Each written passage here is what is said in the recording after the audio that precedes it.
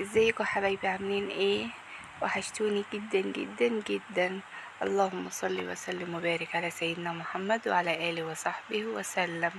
النهارده بقى هسميه معاكم كده يوم المرمطه، حرفيا الجو حر جدا جدا جدا، وانا كنت في مشوار فقلت اعدي اجيب طلبات بسيطه للبيت، اروح الهايبر والسوق وكده. بس بجد ندمت. اول حاجه كده دخلت الهايبر، جبت شويه طلبات بسيطه خالص تقضيني اسبوعين. انا كده كده اول كل اسبوع واروح اجيب طلبات للبيت، فقلت اجيب حاجه تمشي بيتي الفتره دي. اخدت العربيه كده عشان اجيب فيها الطلبات. انا ما جبتش طلبات كتير زي ما قلت لكم، اما اروح اوريكم كل الطلبات. بجد الجو فظيع فظيع فظيع، وانا كنت خارجه الساعه 1:30 من البيت. بجد مكنتش طايقة، بجد اللهم اجرنا من نار جهنم.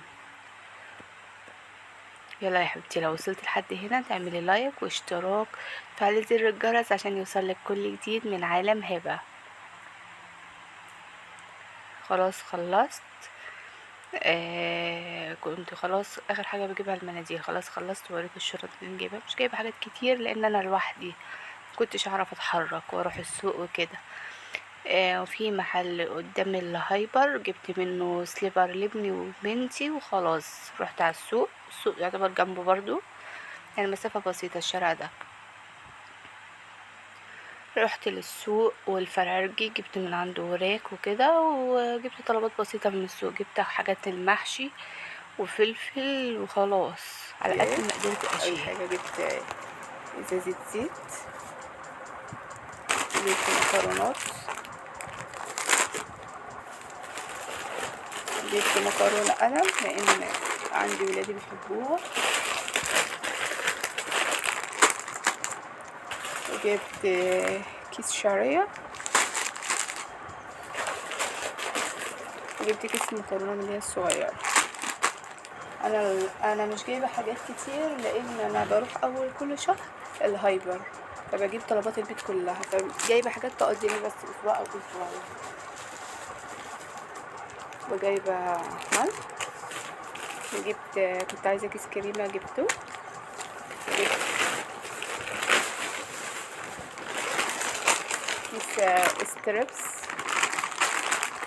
ستريبس عشان الولاد بتحبه. جبت ايه تاني؟ جبت 2 باكت حلاوه،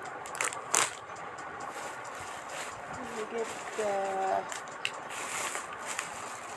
مناديل اللي هي المعطرة دي بتاع الشنطة عشان الجو بصراحة فظيع. جبت مناديل تويلت، واحد باكت كمان. وايه تاني؟ وجبت علبة جبنة دومتي. احنا بصراحة كنا على طول بنجيب بريزيدول من ساعة المقاطعة، مش عارفة اكله جبنة ايه نضيفة. مزارع دينا مش متوفرة عندنا هنا. ورحت برضو السوق، جبت شوية طلبات خفيفة برضو، انا عندي كل حاجة بس جبت الحاجات اللي ناقصاني بس. جبت خضار، جبت بتنجان للمحشي، جبت ايه تاني، وفلفل. بس يعني مفيش حاجات كتير يعني، وده اللي جبته من السوق. بتنجان وفلفل، انا مش عايزه اطلع هنا عشان بس مبهدلش الدنيا. وجبت من عند بتاع الفراخ، جبت طبقين. بسم الله الرحمن الرحيم. جبت طبقين وراك بس. ده كل الطلبات اللي انا جبتها، ما جبتش حاجه زياده يعني، حاجات تمشي بيتي اسبوعين على ان شاء الله ان شاء الله. وانا بجيب الطلبات الكامله ابقى اجيب لكم، اعمل لكم جوله كامله وانا في الهايبر بجيب الطلبات كلها بتاع الشهر، بوريكم ايه الحاجات اللي بجيبها وازاي بوفر وازاي الحاجات دي بتقضيني شهر كامل. انا جايبه طبقين وراك بس. الطبق بيبقى عباره عن 3 وراك، يعني دول 6. احنا عدد افرادنا قليلين، وانا عندي طفلين وانا وجوزي بس. وجبت ايه تاني؟ جبت سليبر لابني، واحد من بناتي برضو، شكله كيوت اوي. بتاع البنات بصراحة جميل. ده سيليكون. وقال لي سيليكون يعني جلد نضيف شوية، عشان كده جبته حاجة مريحة خفيفة. ده برضو كان نفسي. ايه رأيكم؟ اقوم بقى الجو حر خالص، اقوم احط الاستريب لانه بدأ يفك، احط الفراخ وهحط الحاجات دي في التلاجة وخلاص. تمام. دلوقتي بقى قلت اجهز غدا بسيط. انا كنت بجد تعبانه من الحر مش قادره اعمل حاجه، فكان عندي فطير اللي هو الصغير ده، وعسل نحل وجبنه، بس اكله خفيفه في الحر بجد مكنتش طايقه. وعملت لهم عصير شربوه بعد الاكل، يعني جبنه بيضه وعسل متوفر عندي في البيت وعسل نحل وفطير من اللي هو الصغير ده بس. نمشي حالنا في الحر ده، لان الواحد بجد مش مستحمل. اليوم اللي بخرج فيه في الحر بنهار حرفيا. مالها قعدة البيت، احنا قاعدين ومرتاحين في بيوتنا، بس لازم الواحد يخرج برضه عشان خاطر ولاده وكده.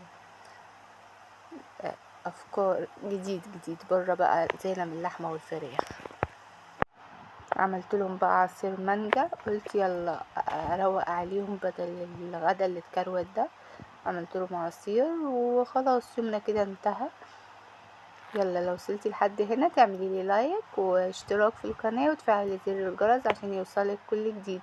وده كان روتيني معاكم النهاردة. اشوفكم الفيديو الجاي، مع الف سلامة.